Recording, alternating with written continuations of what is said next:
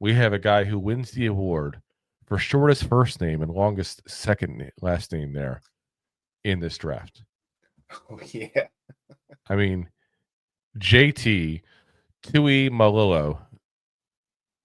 Again, one of the more tougher names to say this draft. I feel like they're messing with us with this group. There's a lot of them coming still.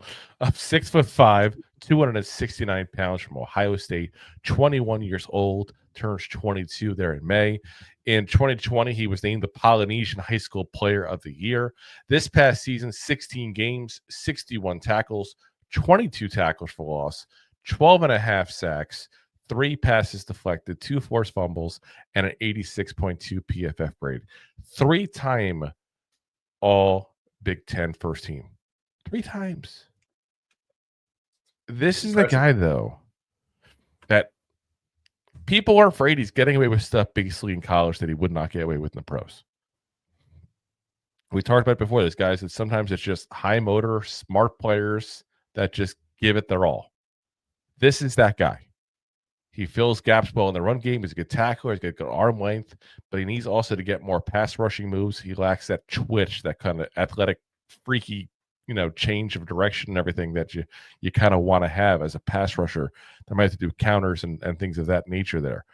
So he's got some potential limitations, but guys, he's going to be probably a 3rd round pick, and I feel like he might be the best of the bunch of the 3rd round picks just because of the fact that he has such a high floor.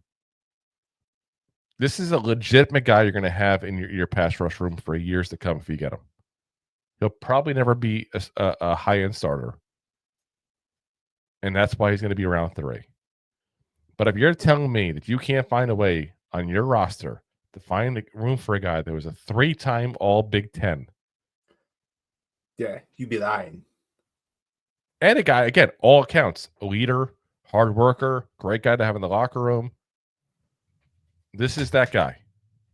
And I feel like he's going to be a round 3 pick. And maybe he's not as athletic as some of the guys we're going to talk about today. I shouldn't say maybe. He's not as athletic as some of the guys we're talking about today.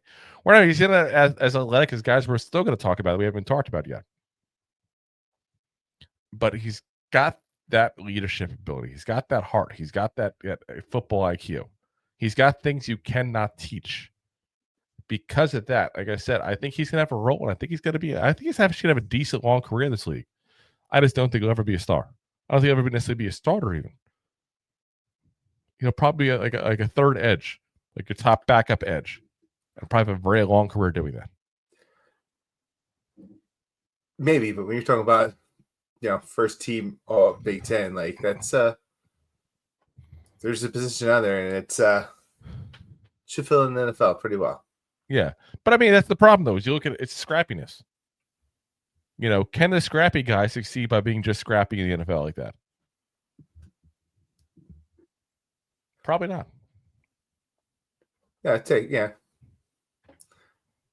But usually the scrappy guys are willing to learn. So that's you definitely have that. That's what I'm saying. I think he's going to be that guy that front offices and coaches love having around. He's going to be that guy who's going to be on one team for like 12 years straight. Probably. It's going to be like a Niner. They love their. I really do think that. If you like that clip, then you will love the full episodes too. Find us on your favorite podcast app and look for us on all your favorite social media platforms.